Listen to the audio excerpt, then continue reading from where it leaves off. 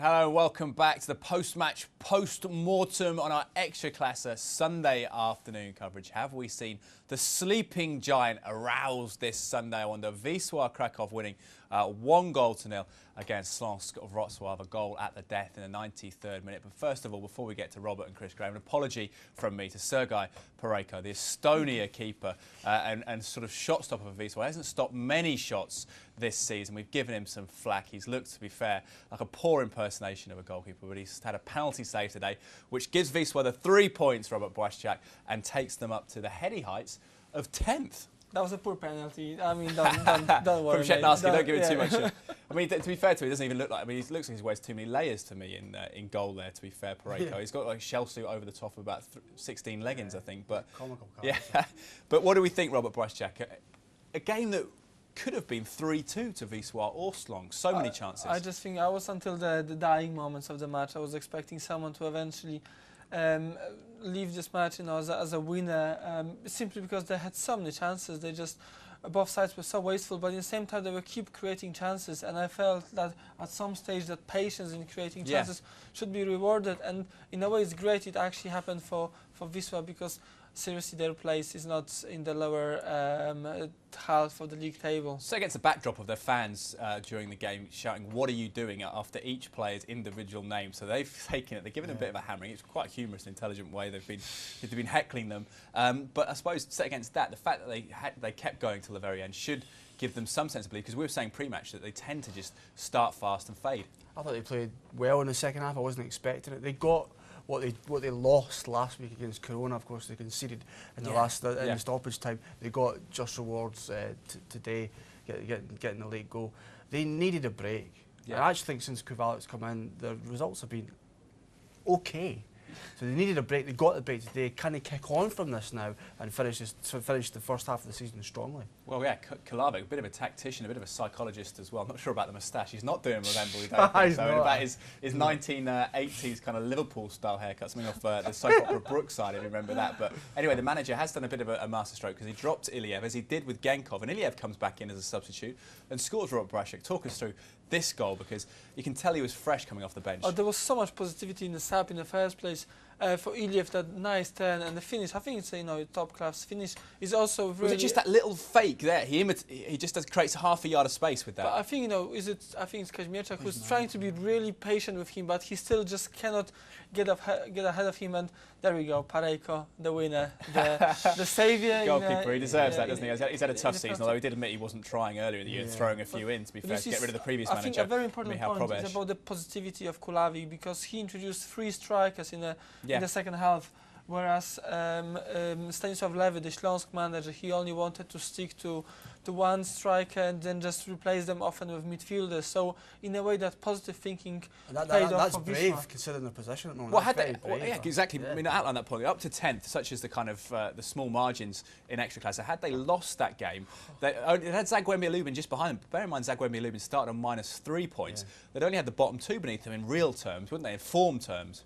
Well, they hit 14 for 2 hours the day after some results yesterday, and that's alarming to see a club of this size, of this stature, of this history and heritage in Polish football in that awful position. So, yeah, a win was much needed. Their first home win as well since September, so much needed, and hopefully now they've got the fans 100% on their side. Well, let's look at the penalty decision first of all, gents, and see how Slask Wroclaw, who had a decent game themselves attacking-wise, created several opportunities. Robert, your assessment of this, was the defender guilty just by virtue of the fact his hands were right up in the air, even if it wasn't intentional by the strict Well, but law? In the same time, I think if he didn't do that, probably the Śląsk player would keep the possession. So regardless if it was intentional or not, it did affect the run of play. If you see the replay, his eyes just look like very guilty. No.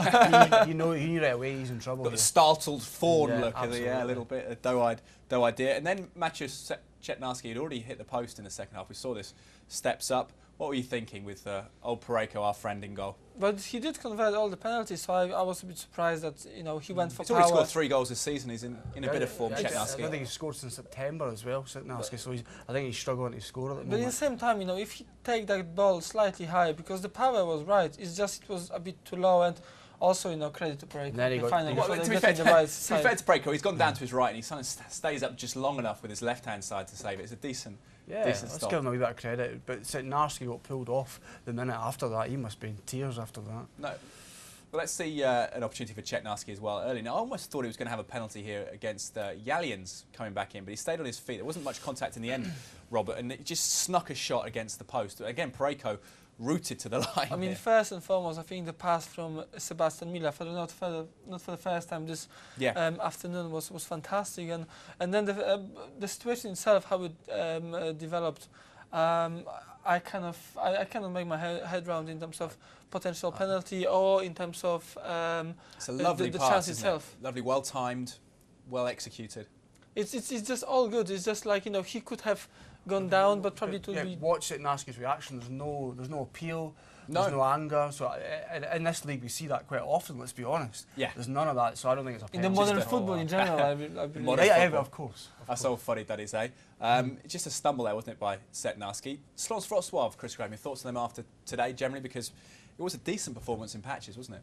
I thought they played well. I thought both teams can come at the game with positives. But they stay sixth. Is their title still there to defend for them? They're, I think, 8 points off the pace. I don't think so. Listen, this is Polish football. As I said, as long as you are alive after the first round of matches, the spring, you know, just one transfer, or perhaps other teams will actually will have to sell players, and you emerge as a strong favourite. My point about Slons is they do well against the bigger sides, the established sides, but they lose to much smaller opposition. Piast, Zagwembe, you can't do that and win the title. No, and it's interesting what will happen in 2.5 months of the winter break. But let's look at Pareko making another save at the end of the first half, or in the 36th minute, I should say. And it was Sebastian Miller, the top scorer, who's the form man, Robert, not bringing his shooting boots today. And first of all, Pareko shows the worst side of his game by completely missing the cross. Gets up and does that. Well, the good, the good, the bad, and the ugly. I don't know if you saw the ugly one, but certainly the good and the bad. The both ends. You're talking about the Klavic's moustache again. Oh, there you go. Okay, so we have it. Horrific. So we have it. Yeah, it was a very poor finish, I think, from Mila in the first place. It's a terrible game. Yeah.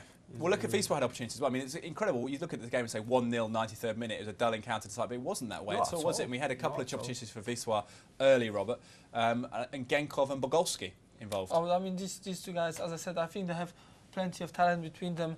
It's just the form didn't seem to be right there from the start of this was from season. Melixon through to Genkov. So this is another really good pass we have seen so far early in the match from Melixon to Genkov. You know, there was a Marian Kellerman, the save. We think he got a touch on this. Don't we? He was strong as a left-hander, as a flick. Well, but you know, the question is if the touch itself affected that it was not goal-bound or it was a goal-bound.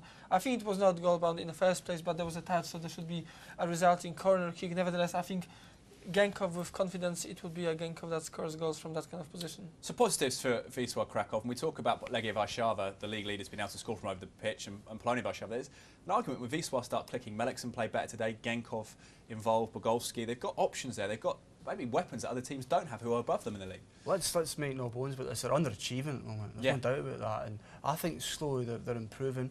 We saw that the game against Legia, Kovalik's first game. They played well that day. They are just slowly getting better, and obviously they were robbed of the 3 points last week, the late goal. You know, I think they'll finish top 8, even top 6 this season. I suppose that's the thing. Top 6, looking European football, of course, didn't get involved in Europe because of 7th place finish last time, Robert. They need to avenge that. For a team with their pedigree, of course, it's a great run in the Europa League last time. They need to finish top 6, and feasibly they win the next 9, 24 points at the halfway stage in the league. It's not too bad a return, given the final league table last season, with the champions getting 56. No, it's not too bad. I mean, when you look only at the league table, I'm more concerned about the way how they play, because for me, I think they don't explore the wings as they used to do it. Whenever they actually went that side, they actually create some decent chances against Śląsk this afternoon. But most of the passes where they're trying to go through the middle of the pitch, where they were actually facing that block of Śląsk defence. So I just think that some defence should be addressed in terms of their personnel, the way how they play, the tactics, if they have the right people to execute that plan. Because, as I said, if they explore the wings, I think they would. Slons did well today. I thought Spike had a great game. Well, let's look at. I think Spike created an opportunity, and just Slask Wroclaw created an opportunity, because this was the real gilt-edged one missed by Mila. It was 4 goals in Ekstraklasa coming into this, and this was almost inexplicable. I don't know if he loses his footing. This was the first half, wasn't it? It is inexplicable. Because I mean, when you look at it there, you think he doesn't get there, but when you actually look at the replay, Robert, he's there in plenty of time, and it's a perfect counter-attack. You know, it's a long ball through, very quick pace. You know, then the cross. It's according to the book. You know, it's everything perfect. until Mila got there. And, you know, even I would expect an own goal from a defender, so I was surprised that nothing resulted from that. So what of Slask Wroclaw? What do you assess their opportunities then for the season? I can tell you that I'm sure they will be extremely frustrated to leave Krakow with 0 points, simply because with the chances they had, with how much of the ball they had at the times, even away from home, they, you know, just according to our theory of it's better to play away from home in Ekstraklasa than at home. Yeah. It all ticked off all the boxes with the chances they had. I'm just surprised. And a penalty. I mean, if you don't convert a penalty in the last 10 minutes of the match away from home, you need to only blame themselves. And for lots not of penalty winning. misses in Ekstraklasa. 4 in a row from Polonia. We saw another one last night. So that's another theme we're seeing in Ekstraklasa this season. Penalty misses.